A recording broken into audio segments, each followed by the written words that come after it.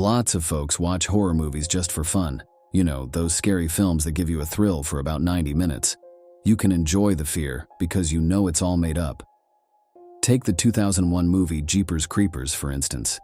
It might seem like a wild tale about a mysterious creature hunting people on a country road, but surprise, it's inspired by a real and gruesome crime. The movie's story got a lot of ideas from a true event, adding some creepy details to the already infamous film. In 1990, Dennis Depue, a 46-year-old resident of Coldwater, Michigan, shared his life with his 48-year-old wife, Marilyn. Dennis worked as a property assessor and had dedicated over 2 decades to the state of Michigan, serving as a tax specialist in the Treasury Department. Meanwhile, Marilyn worked as a guidance counselor at Coldwater High School.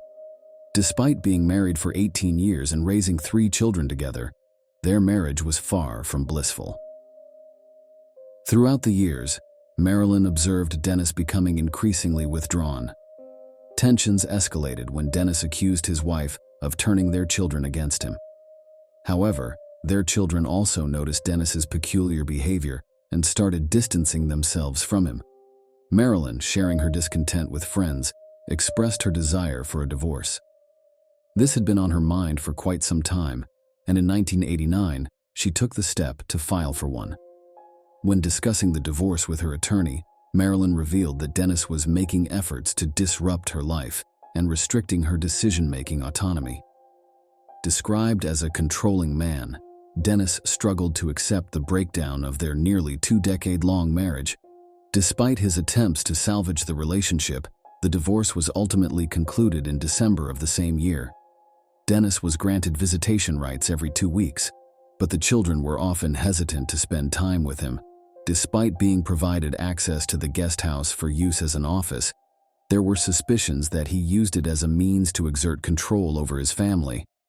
Marilyn, attempting to establish boundaries, changed the locks on the doors. However, Dennis still found ways to enter the home. On one occasion, Marilyn returned from work to discover Dennis sitting on the couch. On Easter Sunday, April 15, 1990, Dennis arrived at the residence to pick up 2 of their children. The younger daughter, Julie, had already declined to go with him. Upon entering, their son, Scott, was also hesitant. When Marilyn attempted to engage in conversation with Dennis, he grew angry and began yelling at her. Subsequently, he seized her, forcibly pushing her down the stairs. Upon reaching the bottom, he continued his assault, ignoring pleas from their children to cease the violence. Their eldest daughter, Jennifer, urgently sought help by running to a neighbor's house to call the police.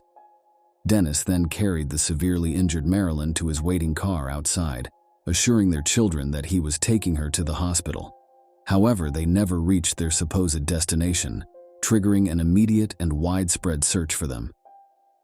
Later that same afternoon, while Ray and Marie Thornton were enjoying a Sunday drive along Snow Perry Road near Coldwater, a swiftly moving van overtook them. Initially noting the license plate's GZ prefix, they didn't give it much consideration until a few minutes later. Interestingly, the Thorntons were engaged in a license plate game reminiscent of Derry and Trish in a movie, attempting to form words and phrases from passing plates. As the green 1984 Chevrolet truck sped past them, Marie emerged victorious in that round of the game, exclaiming, "Geez, he must be in a hurry." The driver swiftly disappeared up the road and out of sight. It wasn't until they traveled further up the road and past an old, abandoned schoolhouse that things took a chilling turn. Marie observed the same truck that had overtaken them, now parked alongside the building. However, this time, she saw the driver holding a sheet stained with blood. Unaware that witnesses were present, Dennis, thinking he was alone in the isolated Michigan back roads, was in the midst of disposing of his wife's body. Determined to report what they had witnessed, the couple continued their drive in search of a phone. Marie meticulously recorded what she could remember about the license plate. Unfortunately, their plans were disrupted when they noticed the truck rapidly approaching from behind. Glancing into the rearview mirror, they were startled to see the unmistakable green Chevrolet truck tailing them. The truck closely followed for several miles, exhibiting erratic driving behavior and attempting to force them off the road. Eventually, Ray took a detour off the highway. To their surprise, they observed the van parked on the side of the road. Since Marie hadn't captured the complete license plate earlier, they decided to turn around for a second look. As they passed by, they spotted a tall man in a white hat standing at the back of the vehicle with the doors open, in the process of changing the license plates. The passenger door was left ajar, revealing a blood-covered interior. Noticing blood on the passenger side door as well, they made the decision to return to the abandoned schoolhouse. It was there that they discovered the blood-soaked sheet lodged in an animal hole. The hole Dennis had attempted to use for disposal proved insufficient, and upon closer inspection, Ray and Marie found the sheet protruding from the ground. Upon the arrival of police and forensics at the scene, the Michigan State Police and Sheriff's Office had already initiated a manhunt for Dennis following Jennifer's distress call. The vicinity was cordoned off, and nearby, forensics discovered tire tracks along with a pool of blood. Subsequent analysis connected the tracks to Dennis's truck, and the blood was confirmed to match Marilyn's. The following day, Marilyn's lifeless body was found concealed in the brush beside a tranquil road, positioned halfway between their residence and the abandoned schoolhouse. Tragically, she had been fatally shot in the back of the head by her own husband. In the aftermath of his wife's murder, Dennis evaded law enforcement and embarked on a fugitive journey, dispatching several peculiar letters to family and friends. A total of 17 letters were mailed, bearing postmarks from various Eastern American states, including Virginia, Iowa, and Oklahoma. These missives contained extensive rants in which Dennis sought to rationalize the horrifying act of killing Marilyn Ann. In one of the letters, he asserted, "Marilyn had many opportunities to treat me fairly during this divorce, and she chose to string it out, trick me, lie to me, and when you lose your wife, children, and home, there's not much left.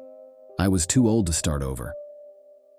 3 months following Marilyn's tragic death, Dennis dispatched another letter.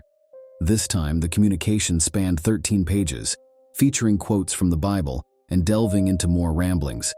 This marked the final known correspondence from Dennis Depue. The case was featured on an episode of Unsolved Mysteries on March 20th, 1991. At 8:30 p.m.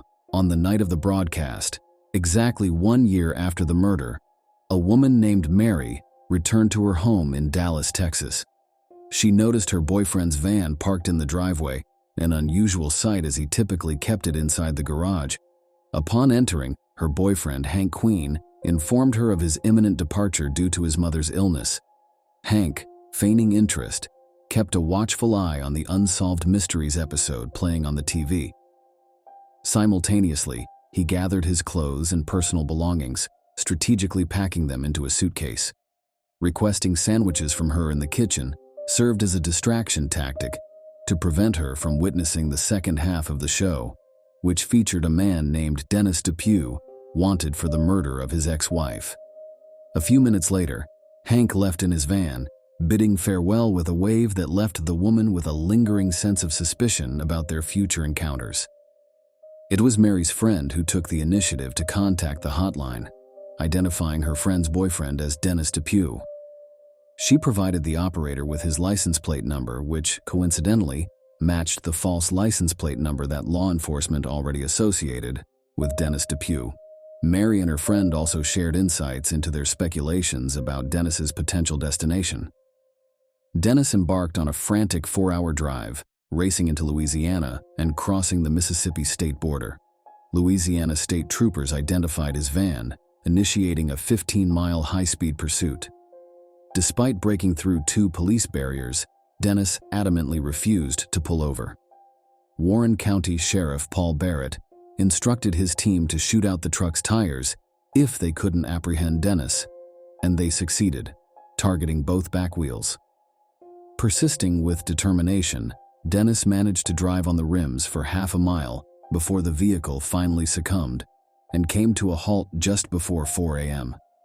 He engaged in gunfire with officers, with 2 bullets piercing through the windscreen and 1 through an open window. Subsequently, he turned the gun on himself. Dennis was buried at Eagle Cemetery in LaGrange County, Indiana, far away from his wife's final resting place in Oakland County, Michigan.